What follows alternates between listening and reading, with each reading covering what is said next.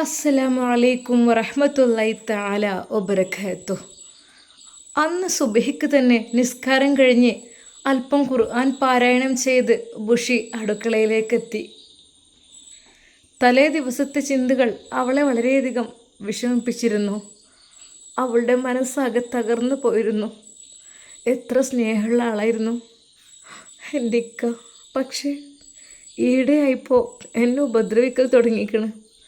അദ്ദേഹത്തിൻ്റെ കൂടെയുള്ള ജീവിതം അതെനിക്ക് ഒന്നുമില്ലെങ്കിലും സമാധാനമായിരുന്നു, സന്തോഷമായിരുന്നു. പക്ഷെ ഈയിടെയായി എന്നോട് എന്തെന്നില്ലാത്തൊരു പെരുമാറ്റം. പക്ഷേ രാത്രി ഇക്ക എന്നെ വിളിച്ചപ്പോൾ ഉമ്മ സമ്മതിച്ചില്ല. അല്ലെങ്കിലും ഇക്കയുടെ കൂടെയുള്ള ജീവിതം ആകെ വെറുത്തിരിക്കുന്നു. എന്തെന്നറിയില്ല, മനസ്സിൻ്റെ ഉള്ളൊക്കെ വല്ലാതെ പ്രയാസത്തിലാണ്. എന്ത് ആണെങ്കിൽ പോലും എൻ്റെ ഭർത്താവിന് എത്ര കഴിവില്ലെങ്കിലും ഞാൻ അദ്ദേഹത്തെ ബഹുമാനിച്ചിരുന്നു, സ്നേഹിച്ചിരുന്നു. എനിക്ക് അദ്ദേഹത്തോട് ബഹുമാനമായിരുന്നു. പക്ഷേ എൻ്റെ ഇക്കിപ്പോൾ ആരുടെയൊക്കെയോ വാക്ക് കേട്ട് ആളാകെ മാറിപ്പോയിരിക്കുന്നു. സത്യം പറഞ്ഞാൽ വിഷമമുണ്ട്. എൻ്റെ ഫോണിലേക്ക് ആരൊക്കെ വിളിക്കണമെന്താവോ, ഫോൺ എറിഞ്ഞ് പൊട്ടിച്ച് അങ്ങനൊരു ഭാഗത്ത്. സത്യം പറഞ്ഞാൽ ഉമ്മയോട് ഞാനെല്ലാം മറച്ചു വെക്കായിരുന്നു, ഇവിടുത്തെ ഉമ്മയോട്. ഇനി എന്താ ഞാൻ ചെയ്യാൻ എനിക്കറിയുന്നില്ല. ഒരിക്കൽ പോലും ഞാൻ ഷാമിലുമായിട്ട് വേണ്ടാത്തൊരു ബന്ധം സ്ഥാപിച്ചിട്ടില്ല. സങ്കടപ്പെട്ട് വിഷമമുള്ളൊന്ന് തുറന്ന് പറയും, അത്രമാത്രം. അല്ലാതെ ഞാനൊന്നും ചെയ്തിട്ടില്ല പഠിച്ചവനെ. ഞാൻ എപ്പോഴും എൻ്റെ ഇക്കയെ ബഹുമാനിച്ചിട്ടേ ഉള്ളൂ, സ്നേഹിച്ചിട്ടേ ഉള്ളൂ. എന്താ ചെയ്യാം, ആ സിനാൻ എന്ന മനുഷ്യൻ, അദ്ദേഹമാണ് ഞങ്ങളുടെ ജീവിതം കൊളാക്കുന്നത്. ശരിക്കും ബുഷി കരയുകയായിരുന്നു. അവൾ നിസ്കരിച്ചിരുന്ന് ഒരുപാട് കരഞ്ഞു ദുആ ചെയ്തു. അല്ലാ റബ്ബേ, അൻഷിഫ് ഖാൻ ആലോചിക്കുമ്പോൾ എപ്പോഴും വേദനയാണ്, സങ്കടമാണ്. പക്ഷേ സിനാൻ എൻ്റെ ജീവിതത്തിലേക്ക് കടന്നു വന്ന് തീർച്ചയായിട്ടും ഞങ്ങളെ ജീവിതം കൊളാക്കുമെന്ന് എനിക്കറിയാം. പഠിച്ചവനെ, ഇതുവരെ ഞാൻ ഒരു തെറ്റും ചെയ്തിട്ടില്ല. അല്ലാ, മരിക്കോളം ഇങ്ങനെ തന്നെ പോകണം. ഒരിക്കലും തെറ്റ് ചെയ്യാൻ എനിക്കിഷ്ടമില്ല അല്ലാ, സത്യമായിട്ടും.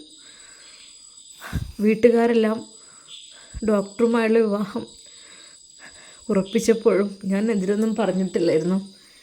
കാരണം ഷാമിൽ തന്നെ അങ്ങനെ പറഞ്ഞതുകൊണ്ട് എനിക്ക് ഒന്നും തോന്നിയില്ല. അപ്പോൾ വിഷമമുണ്ടെങ്കിലും അതൊക്കെ റെഡിയാവും വിചാരിച്ചു. പക്ഷേ എന്താ ചെയ്യുക, എൻ്റെ ഡോക്ടറുടെ അവസ്ഥ ഇങ്ങനായി തീർന്നില്ലേ. ഒക്കെ പഠിച്ചവൻ്റെ വിധിയായിരിക്കും, സാരല്ല. പക്ഷേ എനിക്കതൊന്നും നല്ല വിഷമം. എന്നോട് ഇടയ്ക്കിടയ്ക്ക് ക്രൂരമായി പെരുമാറുകയാണ്. ഇപ്പോൾ ഇങ്ങനെയൊന്നും അല്ലായിരുന്നു അദ്ദേഹം. ബുഷി കരഞ്ഞുകൊണ്ട് പ്രാർത്ഥിച്ചു, പഠിച്ചവനെ, ഹൈറാണെങ്കിൽ ഇവിടെ നിൽക്കാനും ഷെറാണെങ്കിൽ ഇവിടെ വിട്ടു പോകാനും ആണ് റബ്ബേ എനിക്ക് ആഗ്രഹം. എൻ്റെ മനസ്സിലുള്ള ആഗ്രഹം പോലെ തന്നെ നീ എനിക്ക് വിധി കൂട്ടിത്തല്ല. അല്ലാതെ ഒരിക്കൽ പോലും അൻഷിഫ്ക്കാക്ക് കഴിവില്ലാത്തതിൻ്റെ പേരിലോ അല്ലെങ്കിൽ മക്കളില്ലാത്തതിൻ്റെ പേരിലോ ഞാൻ അദ്ദേഹത്തെ വിട്ടു പോകില്ല, വിട്ടുപോകാൻ പാടില്ലല്ലോ. പഠിച്ചവൻ എങ്ങനെയൊക്കെയാണ് ഓരോരുത്തരൊക്കെ വിധിച്ചേക്കണ് എന്നൊന്നും പറയാൻ പറ്റൂലല്ലോ. ഒക്കെ അള്ളാഹുവിൻ്റെ വിധി പോലല്ലേ. ഒന്നും സാരല്ല റബ്ബേ, അതൊക്കെ ഞാൻ ക്ഷമിക്കാം. പക്ഷേ ഇപ്പോൾ ഒരു ചൂരിലാണ് കൊണ്ടുവച്ചിട്ടുള്ളത്. ബെഡിനടിയിൽ വെച്ചിരിക്കുന്ന ചൂരിൽ വലിച്ചൂരും അത്ര 2-3 ഉണ്ട്. ഒക്കെ എന്നെ തല്ലാനാണെന്ന്. സാരല്ല, അങ്ങനെ എത്ര ദുരിതം അനുഭവിക്കേണ്ട പെൺകുട്ടികളുണ്ട്. അതിൽ പെട്ട ഒരാളായി ഞാനും തുടരാം. ഞാൻ പഠിച്ച GNM കോഴ്സ് എത്ര പ്രതീക്ഷയോടെ പഠിച്ചതായിരുന്നു. പക്ഷേ അതൊന്നും എനിക്ക് പ്രാവർത്തികമാക്കാനോ ഒന്നിനും കഴിയാത്ത വിഷമം അതും ഒരു ഭാഗത്തുണ്ട്. പൈസക്ക് വേണ്ടിയിട്ടൊന്നല്ല പഠിച്ചോനെ, എന്നാലും ആർക്കെങ്കിലൊക്കെ ഒരു ഹെൽപ്പ് ചെയ്യണ്ടേ. ഒന്നുമില്ലെങ്കിൽ ഞാനൊരു നേഴ്സല്ലേ. ആർക്കെങ്കിലും ഒരു ഉപകാരം ചെയ്താൽ പഠിച്ചോൻ എനിക്ക് അതിൻ്റെ പ്രതിഫലം കിട്ടുമല്ലോ. അത് മാത്രം ആഗ്രഹിച്ചിട്ട്, അല്ലാതെ എന്നാലും ചെറിയൊരു ആഗ്രഹമുണ്ട്. ഇനി ആ അധ്വാനിച്ച ആ ഒരു ക്യാഷ് കൊണ്ട് എന്തെങ്കിലും ഉമ്മാക്കൊക്കെ എന്തെങ്കിലും വാങ്ങിക്കൊടുക്കാൻ സന്തോഷത്തോടു കൂടി അതൊന്നുമില്ലെങ്കിൽ ഉമ്മയൊക്കെ കഷ്ടപ്പെട്ടിട്ട് പഠിപ്പിച്ചില്ലേ. പിന്നെ ഇക്കാക്ക അജ്മൽ സാർ, എൻ്റെ ഇക്കാക്കും വലിയ പ്രതീക്ഷയായിരുന്നു എന്നെക്കുറിച്ച്. ബുഷിന്ന് വിളിച്ചാൽ മുഴുവനാവില്ലായിരുന്നു. എന്താ ചെയ്യുക, സാരല്ല. ഇക്കാക്കയോടൊക്കെ ഞാൻ സുഖമെന്നേ പറഞ്ഞിട്ടുള്ളൂ. ഒരിക്കൽ പോലും ഞാൻ പറഞ്ഞിട്ടില്ല എനിക്ക് സമാധാനമില്ല ഇവിടെ, എനിക്കിവിടെ സുഖമല്ല ഞാൻ പറഞ്ഞിട്ടില്ല. പിന്നെ ഇവിടുത്തെ ഉമ്മയുടെ കാര്യം ആലോചിക്കുമ്പോഴാണ്, പാവാണ് ഉമ്മ. ഉമ്മ മകനെ ഏറെ പ്രതീക്ഷയോടെ കെട്ടിച്ചു കൊടുത്തതാണ്. എങ്ങനെങ്കിലൊക്കെ റെഡിയാവുമെന്ന് വിചാരിച്ചിട്ടായിരിക്കും. ആ ഉമ്മയെ പറഞ്ഞിട്ടും കാര്യമില്ല. അല്ലാ. അവൾ അടുക്കളയിലേക്ക് എത്തി. അവളതാ ഓരോന്ന് ഭക്ഷണം ഉണ്ടാക്കുവാൻ വേണ്ടി തുടങ്ങുകയാണ്. നേരം വെളുത്ത് വരുന്നേ ഉള്ളൂ. ഇപ്പോഴും ഇരുട്ടാണ്, വെളിച്ചം വെക്കുന്നതേ ഉള്ളൂ. എങ്കിലും അവൾ ഒരു നിമിഷം അടുക്കളയിൽ വെറുതെ നിന്നു. എന്നാൽ അല്പസമയം കഴിഞ്ഞപ്പോൾ, മോളെ, ബുഷിയേ, ബുഷിയേ. ഉമ്മ. അല്ല മോളെ, ഇപ്പം തന്നെ ഇതിന് അടുക്കളയൊക്കെ ഇറങ്ങിയിരിക്കണ്? കുറച്ച് കഴിഞ്ഞിട്ട് ഇവിടെ 8-8 ചായയൊക്കെ കുടിക്കാൻ. ഇപ്പം തന്നെ ഇപ്പം ഉണ്ടാക്കിയൊക്കെ വെക്കണം എന്തിനാ? ഉമ്മ, ഒന്നുമില്ല മോളെ. ഇന്നലെ കണ്ടില്ലേ എന്നെ വന്ന് വിളിച്ചത്? അതിപ്പോൾ എന്തുകൊണ്ടാ? എന്നോട് മനസ്സ് കുറച്ചൊക്കെ അവനക്ക് സ്നേഹമുണ്ട്, അതൊക്കെ ശരി തന്നെയാണ്. പറഞ്ഞിട്ടിപ്പോൾ എന്താ മോളെ, ഇങ്ങനെ ഇടങ്ങാറായി നിന്നാൽ ഞാൻ ഓൻ്റെ അടുത്തേക്ക് എന്നെ വിടൂല കേട്ടോ. ഞാൻ കാര്യമായിട്ടാണ് പറയണത്. എൻ്റെ മേത്ത് ഇത്രയും പരിക്കേൽപ്പിച്ചിട്ട് ഒന്നുമില്ലെങ്കിൽ എൻ്റെ ഇമ്മയും എൻ്റെ ആങ്ങളൊക്കെ ചോദിച്ചാൽ എന്ത് സമാധാനം പറയും? മറ്റവൻ്റെ വാക്ക് കേട്ടിട്ടേക്കും എനിക്കറിയാം എൻ്റെ കുട്ടി ഇങ്ങനെയൊന്നും അല്ലായിരുന്നു മോളെ. ഇപ്പം എനിക്ക് തോന്നുന്നുണ്ടാവും എൻ്റെ ഭർത്താവ് ഒരു പിരാന്തനാന്നല്ലേ? ഒരിക്കലും പിരാന്തനൊന്നല്ലേ, നല്ല മോൻ തന്നെയായിരുന്നു. ഞാൻ പറഞ്ഞൊക്കെ കേട്ട് നടക്കണ മോനായിരുന്നു. പക്ഷെ എന്താ ചെയ്യുക, അങ്ങനെയൊക്കെ ആയിപ്പോയി. എൻ്റെ കുട്ടി അങ്ങനൊരു വിധി അവനക്ക് വന്നേക്കും. അല്ല അപ്പം എന്താ, ഇങ്ങനെയൊക്കെ മാറി പറഞ്ഞ എന്തെനിക്കറിയില്ല മോളെ. ഇനി ഓനോട് വല്ലാതെ മെയിൻറ്റ് ചെയ്യണ്ട. മോൾക്ക് ഒരു അപകടവും പറ്റാത്ത രീതിയിൽ ഞാൻ മോളങ്ങോട്ട് കൊണ്ടാക്കി തരാം. എന്നിട്ട് കുറച്ച് കഴിഞ്ഞിട്ട് മോൾക്ക് ഇങ്ങോട്ട് പോരാ കേട്ടോ. ഒരു നിമിഷം ബുഷി പറഞ്ഞു, ഉമ്മ. ഇല്ല മോളെ, ഈ കൈകാലുകളിലെ മുറിവും തണറിട്ടതൊക്കെ പോയിട്ട് നമുക്ക് പോകാം കേട്ടോ.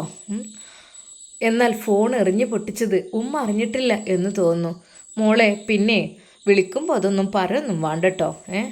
ഞാൻ സമാധാനത്ത് പറഞ്ഞ് ഉമ്മാനോട് പറഞ്ഞ് മനസ്സിലായിക്കോളാം.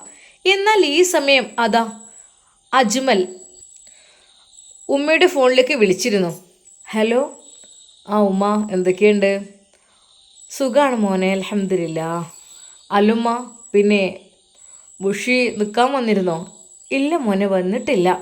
ഇനിയിപ്പോൾ ഞാൻ അത്ര നിർബന്ധിച്ചിട്ടുമില്ല കേട്ടോ. ഒരു നാട്ടിലാണുങ്ങളാവുമ്പോഴേ അങ്ങനെ ഇപ്പോൾ പോരുന്ന അത്ര ശരിയല്ലല്ലോ എന്ന് കരുതിയിട്ട്. മോനെ, ഞാൻ വിളിച്ചിട്ട് കിട്ടിയിട്ടില്ല. ഒന്ന് സ്വിച്ച് ഓഫ് എന്നൊക്കെ ഫോണ് പറയണത്. ഒന്നുകൂടി വിളിച്ചു നോക്കട്ടെ, ചാർജ് കഴിഞ്ഞാന്നാവും. ഉമ്മ വിളിച്ചു നോക്കിന്നാൽ. അല്ലമ്മ, ഞാനൊന്ന് വിളിച്ചു നോക്കുന്നാൽ. അങ്ങനെ അത് അജ്മൽ വിളിച്ചപ്പോഴും ഫോൺ സ്വിച്ച് ഓഫ്. ഇതിപ്പോൾ എന്ത് സംഭവം, സ്വിച്ച് ഓഫ്? ഇത്രയും സമയം സ്വിച്ച് ഓഫോ? ഐഫോണൊക്കെ എത്ര പെട്ടെന്ന് കേടുവരാനൊക്കെ ആയപ്പോൾ അതുണ്ടാവില്ല. എന്നാൽ ഉമ്മയും വിളിച്ചു. പഠിച്ചോനെ, എന്താപ്പത്, ഫോണ് ബെല്ലടിക്കുന്നില്ലല്ലോ. താങ്കൾ വിളിക്കുവാൻ ശ്രമിക്കുന്ന നമ്പർ ഇപ്പോൾ സ്വിച്ച് ഓഫ് ചെയ്യപ്പെടുകയോ പരിധിക്ക് പുറത്തോ ആയിരിക്കും. പരിധിക്ക് പുറത്തൊന്നല്ല, നല്ല റേഞ്ചുള്ള സ്ഥലം തന്നെയാണ്. എന്തപ്പോൾ സംഭവിച്ചത്? എന്തപ്പോൾ അങ്ങനെ ആകാൻ ചാൻസ് ഇല്ലല്ലോ. ഉമ്മ അതാ വീണ്ടും വിളിക്കുന്നു. ഇല്ലട്ടോ പഠിച്ചോൻ, എൻ്റെ കുട്ടിക്ക് എന്തേ പറ്റി? ഓലമ്മാൻ്റെ നമ്പർ എൻ്റെ അടുത്ത് ഇല്ലേ. ഇനിയിപ്പോൾ ഓനാണെങ്കിൽ ഹോസ്പിറ്റലിലും വയ്ക്കാരോ. വേണ്ട, വിളിച്ചിടങ്ങാറാക്കണ്ട. ഹോസ്പിറ്റലിലേക്കൊക്കെ വിളിച്ചാലേ ഇനി അല്പം ഓനിപ്പോൾ ഓപ്പറേഷൻ തിയേറ്ററിലോ അങ്ങനെയൊക്കെ ആണെങ്കിൽ ഇപ്പോൾ ബുദ്ധിമുട്ടേക്കാരം. ഇന്നേരം ഇപ്പോൾ വിളിച്ചണ്ട.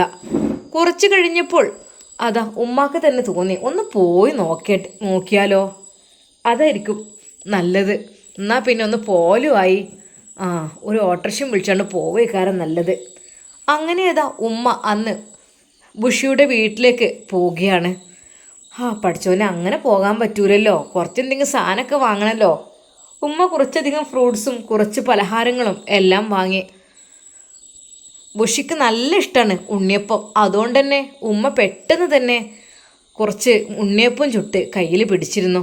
അങ്ങനെ അതോ നമ്മുടെ അൻഷിഫ് ഡോക്ടറുടെ വീടിന് മുമ്പിൽ ഒരു ഓട്ടോറിക്ഷയുടെ ശബ്ദം കേൾക്കുന്നു. അൻഷിഫ് ഹോസ്പിറ്റലിലേക്ക് പോകാൻ വേണ്ടി നിൽക്കുകയായിരുന്നു. അന്നല്പം ലേറ്റായിരുന്നു. അവൻ ചായ കൊടുക്കുന്ന സമയത്താണ് ഓട്ടോ വന്ന് നിന്നത്. ആരിപ്പോൾ ഓട്ടോയിൽ വരാൻ ഇങ്ങോട്ട് എന്ന് കരുതിയിട്ട് അവനൊന്ന് നോക്കി.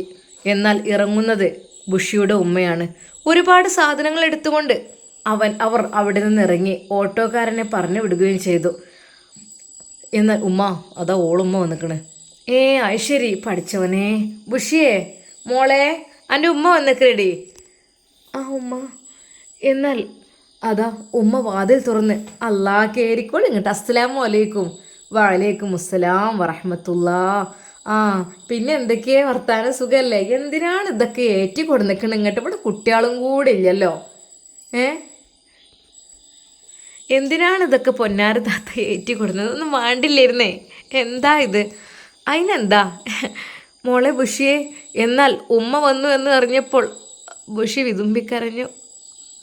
പഠിച്ചോനെ, എൻ്റെ ഉമ്മ എല്ലാം കാണുമല്ലോ.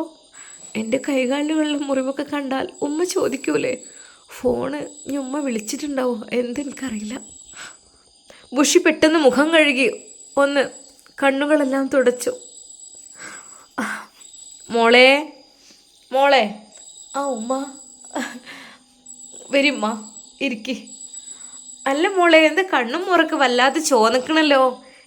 അതുമ്മ ചെറുതായിട്ട് ഒരു തലവേദന ഉള്ള പോലെ ഇങ്ങനെ തോന്നി എനിക്ക്. അപ്പോൾ അതുകൊണ്ടാണ് ഞാൻ. ഉമ്മ ഇരിക്കുമ്മ. മോളെ ബുഷിയെ, മോളെ ഫോണൊക്കെ കുറേ ഞാൻ വിളിച്ചു. അല്ല മോളെ, ഫോൺ എന്ത് സ്വിച്ച് ഓഫ് കുത്തിവെക്കലില്ലേ? എന്നാൽ അത് അൻഷിഫ് ശരിക്കും കേട്ടു. അവൻ പെട്ടെന്ന് തന്നെ അത് ഓൾക്ക് എന്തോ ഒരു ഇത് വന്നിട്ടുണ്ട്, അതൊന്ന് സിമ്മൊക്കെ ഒന്ന് മാറ്റം വേണം, ഒന്ന് പോർട്ട് ചെയ്യാൻ വേണ്ടി കൊടുത്തപ്പോഴേ അതായിരിക്കും സ്വിച്ച് ഓഫ്. 2 ദിവസത്തിനുള്ളൊക്കെ ശരിയാവുമായിരിക്കും.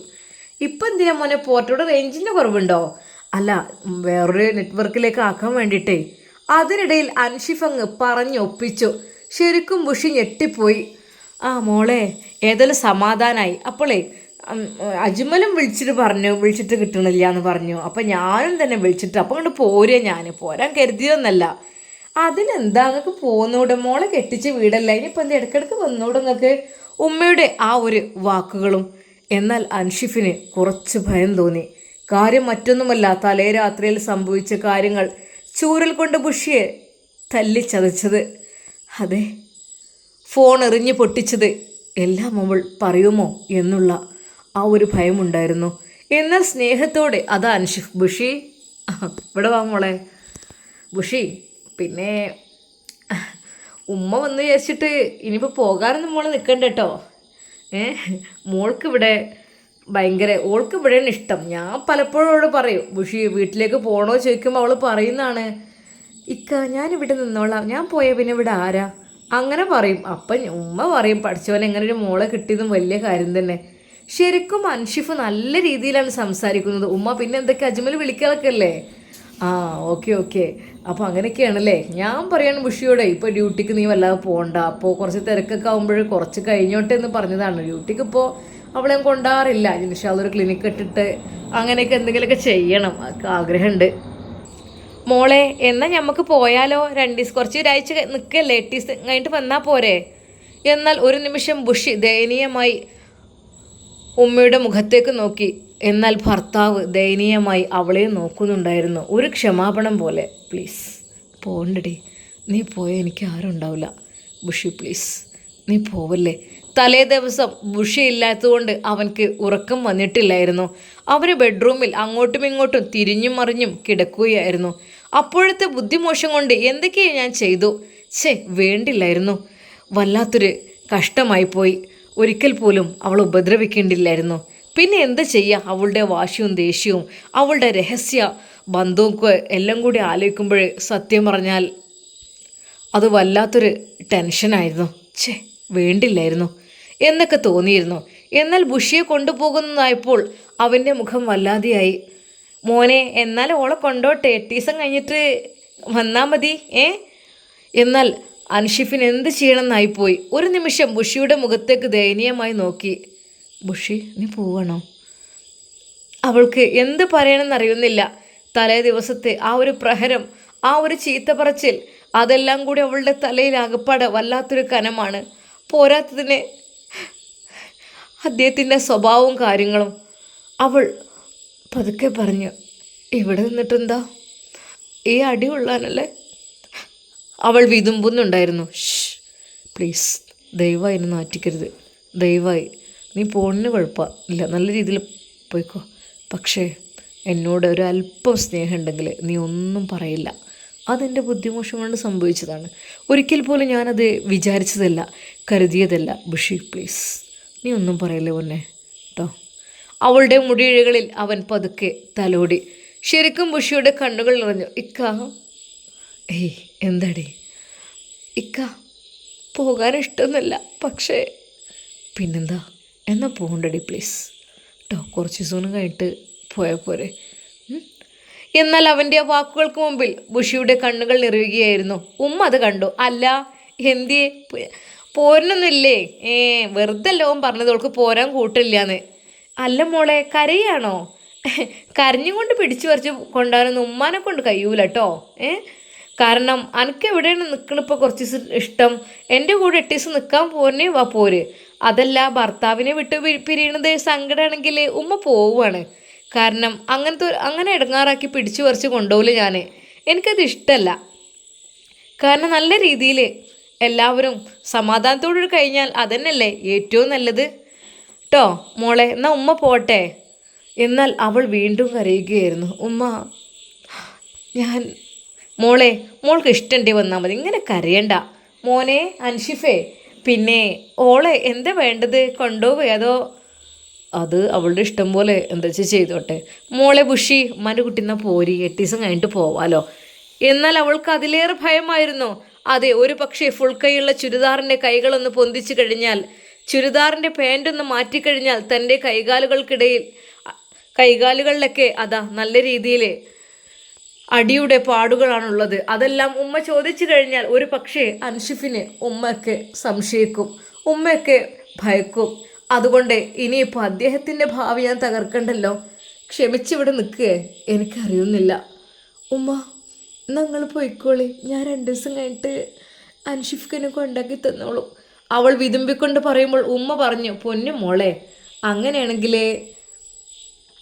എന്നാൽ മോളെ എന്നാൽ അങ്ങനെ ചെയ്യട്ടോ, ഞാൻ പിടിച്ചു പറിക്കില്ല. എന്നാൽ അപ്പോൾ തന്നെ അൻഷിഫ്, ഉമ്മ നിങ്ങൾ പോവുകയാണോ? എന്നാൽ ഇനി ഓട്ടോ ഒന്നും വിളിക്കണ്ട, ഞാൻ കാറിലും ഉണ്ടാക്കാമല്ലോ കേട്ടോ. ഉമ്മ കയറി സ്നേഹത്തോടെ അൻഷിഫ് അത് പറഞ്ഞപ്പോൾ ഉമ്മ കാറിൽ കയറി. മോനെ, ഞാൻ ഓട്ടോ പിടിച്ച് പോവായിരുന്നു. അല്ല ഉമ്മ, പോകുന്ന വഴിക്കന്നല്ലേ, അതുവഴി ഒന്ന് ജസ്റ്റ് ഒരു ഉള്ളോട്ടുള്ള റോഡിന് കയറിയാൽ പോരെ.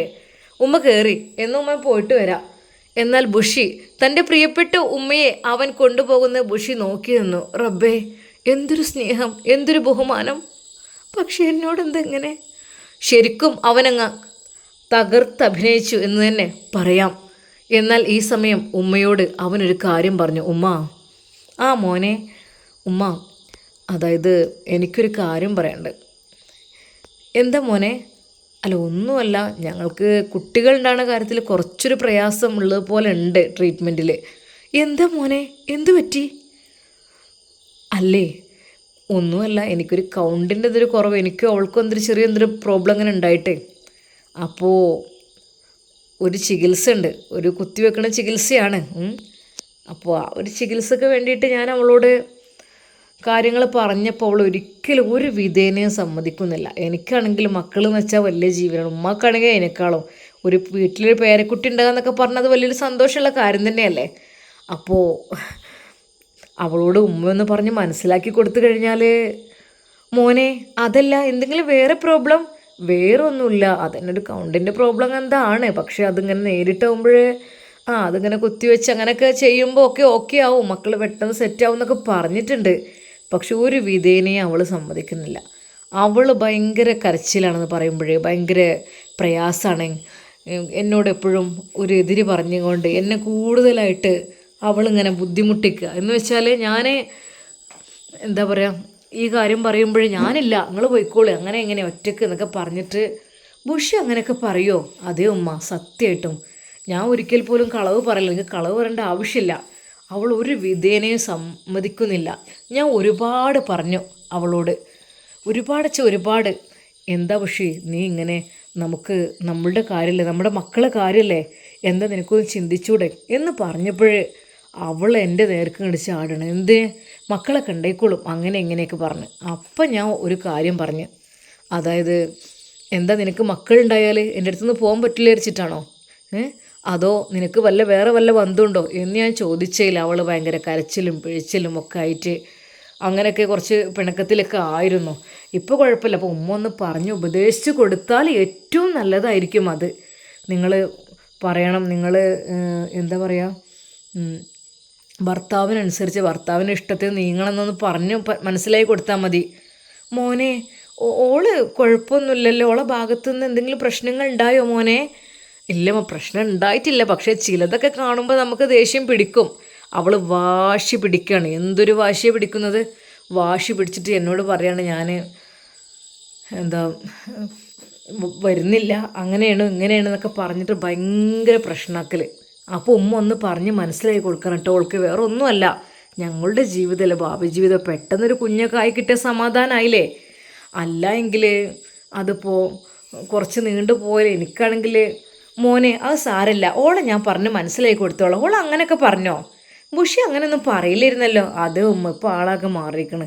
സത്യം പറഞ്ഞാൽ എനിക്ക് ടെൻഷനാണ് എല്ലാം കൂടി ആലോചിക്കുമ്പോഴേ. അവൾക്ക് എന്ത് വേണമെങ്കിലും വേണ്ട എല്ലാ സൗകര്യങ്ങളുണ്ട്, ജോലിക്ക് വരെ പോകണ്ടെന്ന് വരെ പറഞ്ഞു. പക്ഷെ എന്താ ചെയ്യുക, അവൾക്ക് ഈ ഒരു സംഭവത്തിനോട് തീരെ താല്പര്യമില്ല. അപ്പം ഞാൻ പറഞ്ഞു, നിനക്ക് വേറെ വല്ല പ്ലാനും ഉണ്ടോ എന്നൊക്കെ ചോദിച്ചു. അതിലൊക്കെ കുറേ ദേഷ്യം പിടിച്ച് നിൽക്കുകയാണ്. അപ്പോൾ എന്തൊക്കെ തന്നെയാലും ഉമ്മ ഒന്ന് നല്ല രീതിയിൽ പറഞ്ഞ് മനസ്സിലാക്കി കൊടുക്കണം കേട്ടോ. മനസ്സിലാക്കി കൊടുത്തിട്ട് കാര്യങ്ങളൊക്കെ നല്ലൊന്ന്, കാരണം മക്കൾ പറഞ്ഞാൽ പെട്ടെന്ന് നമുക്ക് ഉണ്ടായിക്കഴിഞ്ഞാൽ അതല്ലേ ഏറ്റവും നല്ല. പിന്നെ ഇല്ലെങ്കിലും കുഴപ്പമില്ല, ഒന്ന് ഉണ്ടായിക്കഴിഞ്ഞാൽ ഒരു മക്കളുണ്ട് എന്നുള്ളൊരു ചിന്ത ഉണ്ടാവുമല്ലോ, പിന്നെ നമ്മളൊരുപാട് റിസ്ക് എടുക്കണ്ടല്ലോ, അത് വിചാരിച്ചിട്ടാണ്. അപ്പോൾ ഉമ്മ ശരിക്കും നന്നായിട്ടൊന്ന് അവളോട് പറഞ്ഞ് മനസ്സിലാക്കി കൊടുക്കണം കേട്ടോ. അൻഷിഫ് ഉമ്മയോട് അത് പറഞ്ഞു. ആ മോനെ എത്താനായല്ലോ, ആയിക്കോട്ടെ, ഉമ്മക്ക് എന്താ വേണ്ടത്? ഒന്നും വേണ്ട മോനെ, എന്താ ഇപ്പോൾ ഒന്നും വേണ്ട. ആ ഉമ്മ എന്നാൽ മോനെ ഞാൻ ഇവിടെ ഇറങ്ങിക്കോളാം, അവിടെ നടന്നോളാം ഞാൻ. അല്ല ഉമ്മ, അങ്ങനെ അത് വീടിൻ്റെ ഗേറ്റ് വരെ കൊണ്ടാക്കി. മോനെ വാ, ഇറങ്ങി വാ, ചാടിച്ചിട്ട് പോവാ. അല്ലുമ്മ ഇപ്പോൾ ടൈമില്ല, ഞാൻ പോട്ടെ. മോനെ ഇറങ്ങി വാ മോനെ. എന്നാൽ മനമില്ല മനസ്സോടുകൂടി അവൻ ഇറങ്ങി. ഉമ്മ അപ്പോൾ കാര്യങ്ങളൊക്കെ പറഞ്ഞ പോലെ കേട്ടോ, കാരണം അവൾ കുറച്ച് പിടിവാശിയുള്ള കൂട്ടത്തിലാണ്. അപ്പോൾ നമുക്ക് വേണ്ടിയിട്ടല്ലേ. അപ്പോൾ ഉമ്മ പറയണം എല്ലാത്തിനും സമ്മതിച്ചു കൊടുക്കണം, ഭർത്താവ് പറയണത് അനുസരിക്കണം എന്നൊക്കെ ഒന്ന് ഉമ്മ പറഞ്ഞു കൊടുത്താൽ ഏറ്റവും നല്ലൊരു കാര്യമായിരിക്കും കേട്ടോ. അപ്പോൾ ഇൻഷാ അല്ലാ, അപ്പോൾ ഉമ്മ എന്തായാലും അതിനു വേണ്ടി എല്ലാം ചെയ്യാൻ കേട്ടോ. ഓക്കെ, എന്നാൽ ശരി. മോനെ ചായ, ഒരു അര ഗ്ലാസ് വെള്ളം മതി എന്നാൽ. അപ്പോഴേക്കും ഉമ്മ ചായ ഉണ്ടാക്കി, മോൻ കുടിക്ക്. ആ ഞാനേ ബുഷിൻ്റെ ഭാഗത്ത് എന്തെങ്കിലും തെറ്റുണ്ടെങ്കിൽ ഞാൻ പറഞ്ഞ് മനസ്സിലാക്കി കൊടുത്തോളാം കേട്ടോ. ഓൾ അങ്ങനെ നിൻ്റെ കുട്ടി തെറ്റ് ചെയ്യണമെന്നല്ല, ഓൾ അങ്ങനെ എന്താ അറിയില്ല, ഞാൻ എന്താ വിഷമം അറിയില്ലല്ലോ, അപ്പോൾ ഒക്കെ പറഞ്ഞാൽ മനസ്സിലാക്കി കൊടുത്തോളാം കേട്ടോ. മോൻ ഒന്നുകൊണ്ടും വിഷമിക്കണ്ട. അങ്ങനെ അത് ചായ എല്ലാം കുടിച്ച് അൻഷിഫ് അവിടെ നിന്നിറങ്ങി. ഒരു നിമിഷം അവൻ്റെ മനസ്സിൽ തോന്നി, ഹോ ഏതായാലും തള്ളനോട് പറയാനുള്ള കുറച്ച് പറഞ്ഞേക്കണം, ഇനി നമ്മളെ ഭാഗത്ത് അത്ര തെറ്റുണ്ടാവില്ലല്ലോ. ഇനിയിപ്പോൾ അഥവാ എന്തെങ്കിലും ചോദിക്കുകയാണെങ്കിൽ പറയാം, ഇങ്ങനെയൊക്കെ അവൾ വീണ്ടും വീണ്ടും എതിര് പ്രവർത്തിച്ചപ്പോൾ തല്ലിയതാണെന്ന് പറയാലോ. ഹോ സമാധാനമായി. ഉമ്മാനല്ല, ആ ചങ്ങായുണ്ട് ആങ്ങള അജ്മൽ, ഓനെ പേടി, ഓനെൽപ്പേ പറയാൻ പറ്റൂല. ഇപ്പം നിങ്ങളെ തല്ലിയെന്നൊക്കെ പറഞ്ഞാലേ വെച്ചക്കൂലെന്നെ, അതാ പറഞ്ഞത്. ഹോ എന്നാലും സമാധാനമായി. അങ്ങനെ ഏതാ അവൻ നേരെ ഹോസ്പിറ്റലിലേക്ക് ചെല്ലുന്നു. എന്നാൽ സിനാൻ കാത്തിരിക്കുന്നു. അല്ല ബോസ്, എന്തെന്ന് ലേറ്റായത്? ഞാൻ കാത്തിരിക്കുകയായിരുന്നു. അല്ലടാ എന്തായി കാര്യങ്ങൾ, വല്ലതും നടക്കുമെന്ന് വെച്ചാൽ ഓളെ ഉമ്മാനോട് ഞാൻ പറഞ്ഞ് സെറ്റാക്കിയിട്ടുണ്ട്. ഇനിയിപ്പോൾ ഉമ്മയും കൂടി പറഞ്ഞാൽ ഓൾ ഓക്കെ ആയിരിക്കും, നോക്കാം. ഏതായാലും അങ്ങനെ വഴിക്ക് വട മോനെ. പിന്നെ എന്തായാലും ഞാൻ ഈ റോളിലുള്ള കാര്യം അവൾ ഒരിക്കലും അറിയണ്ട കേട്ടോ. അറിഞ്ഞു കഴിഞ്ഞാൽ ഇല്ലടാ സിനാൻ ഇല്ല എന്ന് തന്നെ ഞാൻ പറഞ്ഞത്, ഒരിക്കലും നീ ഇല്ല പറഞ്ഞിട്ടുണ്ട്. അങ്ങനെ പറഞ്ഞാൽ മതി. എന്നോട് എന്തോ ഒരു പക, എന്നോട് പകയുള്ളത് മറ്റൊന്നുമല്ല, എന്നോട് പകയുള്ളത് കാര്യം വേറെയാണ്. അത് മറ്റവൻ്റെ ബന്ധം ഞാൻ പിടിച്ചില്ലേ, ആ ഒരു ദേഷ്യമാണ് എന്നോട്, അല്ലാതെ വേറൊന്നല്ല. എടാ എന്തായാലും നീ എനിക്ക് കട്ടക്ക് എൻ്റെ സപ്പോർട്ടായിട്ട് എൻ്റെ കൂടെ ഉണ്ടല്ലോ, അതന്നെ വലിയൊരു കാര്യം. എന്തൊക്കെ തന്നെയാലും നമുക്കിത് കണ്ടിന്യൂ ചെയ്ത് വേഗം ആക്കാൻ നോക്കിക്കോ. വേഗം കുഞ്ഞായാലും നിങ്ങൾക്കൊരു ജീവിതത്തിൽ ഒരു അർത്ഥം ഉണ്ടാവുള്ളൂ. അതല്ല എന്നുണ്ടെങ്കിലോ അവൾ മക്കളില്ലല്ലോ, ഓളെ പാട്ടിനാണ് പോവും മറ്റവൻ്റെ കൂടെ, പിന്നെ നീ അകപ്പെടും. വല്ലാത്ത അവസ്ഥയായിരിക്കും അത്. എന്തിനു നിൽക്കണ്ട, വേഗം റെഡിയാക്കാൻ നോക്കിക്കോ. തീർച്ചയായും ഞാൻ എന്തൊക്കെ തന്നെയാലും ഞാൻ എന്തായാലും അവൾ ഉമ്മയോട് പറഞ്ഞിട്ട് ഉമ്മ ഞാൻ വിളിക്കുമായിരിക്കും. ഫോണാണെങ്കിൽ എന്ത് പറ്റിയിട്ട് ആ ഫോണിന്? അല്ല, ഫോൺ ഞാൻ ദേഷ്യം കൊണ്ട് എറിഞ്ഞു പൊട്ടിച്ചാണ്. അവൾക്ക് പെട്ടെന്ന് സെറ്റായി കൊടുക്കണം, അത് നടക്കുള്ളൂ. എന്തൊക്കെ തന്നെയാലും ആയിക്കോട്ടെ ആയിക്കോട്ടെടാ, എന്നാൽ പിന്നെ ശരി കേട്ടോ. അങ്ങനെ അതാ ശരിക്കും സിനാനും അൻഷിഫും അവിടെ വീണ്ടും ഒരു കൂടി ചേർച്ച് നടക്കുന്നു. അവർ നല്ല രീതിയിൽ ശരിക്കും നല്ലൊരു ചർച്ചാ വിഷയം തന്നെ അവിടെ നടത്തി. ഇതിനെക്കുറിച്ച് പാവം ബുഷി ഇതൊന്നും അറിയുന്നില്ല. അവളെ എങ്ങനെയെങ്കിലും ചതിയിൽ പെടുത്തണമെന്നുള്ള ചിന്തയിലാണ് ആ ഒരു സിനാൻ എന്ന ആ ഡോക്ടർ. എന്തൊക്കെ തന്നെയാലും നമുക്ക് കാത്തിരുന്ന് കാണാം ഇതിൻ്റെ ബാക്കി ഭാഗം. ഇനി ഉമ്മ ഉപദേശിക്കുമ്പോൾ അവൾ എന്ത് പറയും? എന്തായിരിക്കും അവൾക്ക് പറയാനുണ്ടാവുക? ഇൻഷാ അല്ലാഹ് അടുത്ത ഭാഗം കാണാം. അതുവരേക്കും എല്ലാവർക്കും അസ്സലാമു അലൈക്കും വറഹ്മത്തുള്ളാഹി തആല വബറകാതുഹു.